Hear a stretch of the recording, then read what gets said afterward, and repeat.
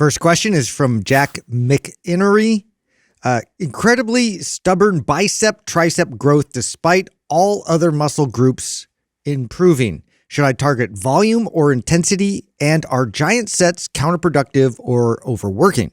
Look, all of those can help, but here's where a lot of people make mistakes when they're trying to bring up a lagging body part.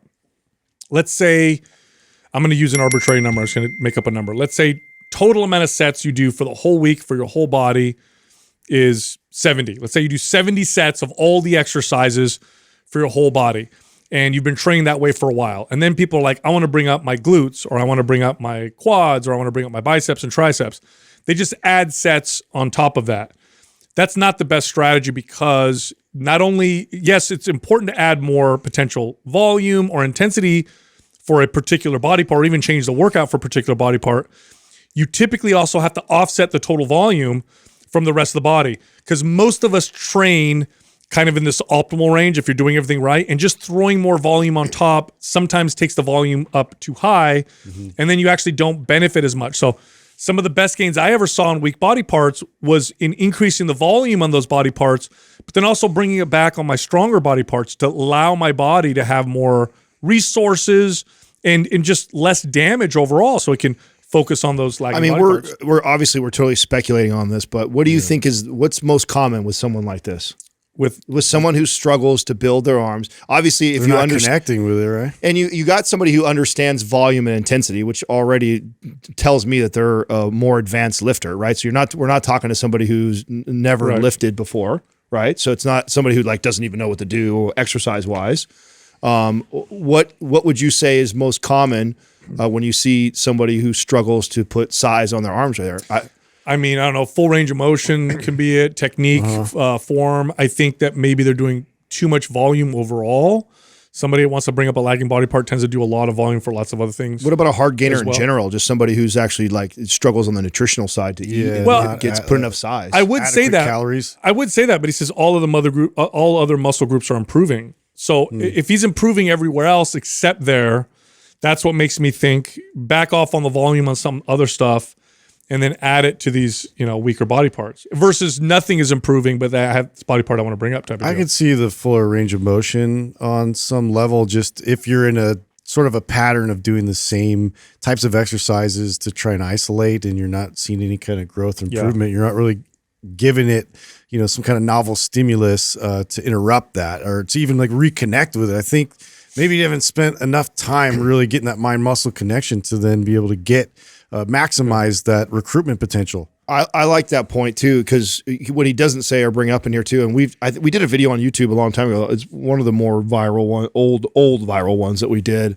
where we talked about the elbow positioning when it comes to bicep tricep. That was a big exercise selection. That was like a big aha moment for me when in my training career, is when I pieced that together, figured that out, the importance of manipulating that. I didn't even notice that I tended to do a lot of the similar type exercises, even though they were different exercises, because I was using a different tool, a rope, a triangle, a straight bar. But you're in the same angle. With all of them. Same angle, same position. I was stimulating the muscle the same way, even though I thought, because it was a different machine, a different handle, I thought I was doing something really unique. It was but it really wasn't. It was very similar to the stuff I always do.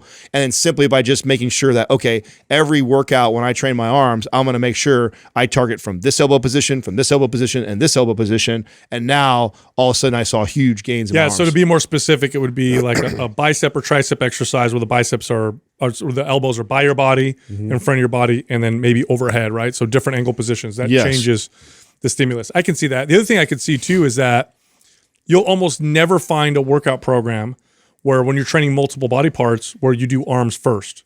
It's usually chest, shoulders, triceps, right? Back, biceps, or upper body, and it always starts with chest or back, and it goes to shoulders and then arms. Right. If everything's improving and it's the biceps and triceps that you're having issues bringing up, put it in the forefront. There's nothing wrong with hitting your biceps before your back. Sure. Now, for most people, that's not the case. For most people, you want to go back first. But not if you're saying everything else is improving. Hit because the muscle groups that you hit first tend to get the most strength gains and the most muscle gains. Studies will show this. So do that. The other thing is really good full range of motion, slow control, focus on the muscle. We all know that. And then he mentioned volume, or this person mentioned volume and intensity. Didn't mention frequency. In my experience, one of the most effective things to do to bring up a lagging body part is to train it more often. Not necessarily with more volume even, just more often. I've even taken clients with the same volume and split it up. So instead of hitting let's say their biceps twice a week for a total of, let's say, 16 sets, to do it 3 days a week and do 5 sets or 6 sets on each workout. So same volume, just more frequency. I agree with that. The only challenge with that is managing the intensity aspect, because I think that you can't train super hard. Because I mean, I remember as a young kid, like that was the first way I started to attack the arms. I was like, okay, I'm gonna train arms like every time I come in, but I was training it with this like crazy intensity every time. So I was constantly stuck in this recovery trap. Right. So you have to understand that I 100% agree that, hitting it more frequently, 3-4 times a week is totally fine if it's a stubborn lagging body part. Hitting it first. But then you got to also understand that you can't hammer the shit out of it. If you're doing it 5 days a week like that, you've got to back off. The hitting it first makes a big difference. Like there was a point there where because my upper legs respond really well to exercise. One of the areas of my body that responds well. And I always would start with quads, right? So I would do my squats and whatever, and then I'd go to, my other quad, and then I'd go hamstrings at the end. And at one point, I really wanted to bring up my hamstrings. And all I did was hit my hamstrings first. Now, before that, I would just add volume to my hamstring work. But by the end of my workout, I'm more fatigued and, it's a little more challenging. Then I did a whole stint. I did like a whole 8-month period where I started my workout with hamstrings, and then I moved on to the other exercise, and I saw huge gains in my hamstring. So that working that muscle group first, I think that's great advice. I think I've done that multiple times with different muscle groups that I thought was lagging in comparison to everything else. Totally. And I've always seen great improvement just simply by saying, hey, if this is as even like down to my calves, like, which is like, seems so ridiculous to start your workout. But for who does that, right? But like 2 years consistently, I did that. 2 years consistently, like every workout, very first thing I did was go over to the calves and did calves first. Yep. That was the best my calves ever looked, was doing that. Now the second part is about giant sets, which a giant set typically refers to 3 or more exercises strung together. So a superset is 2, giant set is typically 3. So it would be like barbell curl, hammer curl, preacher curl or something like that, right?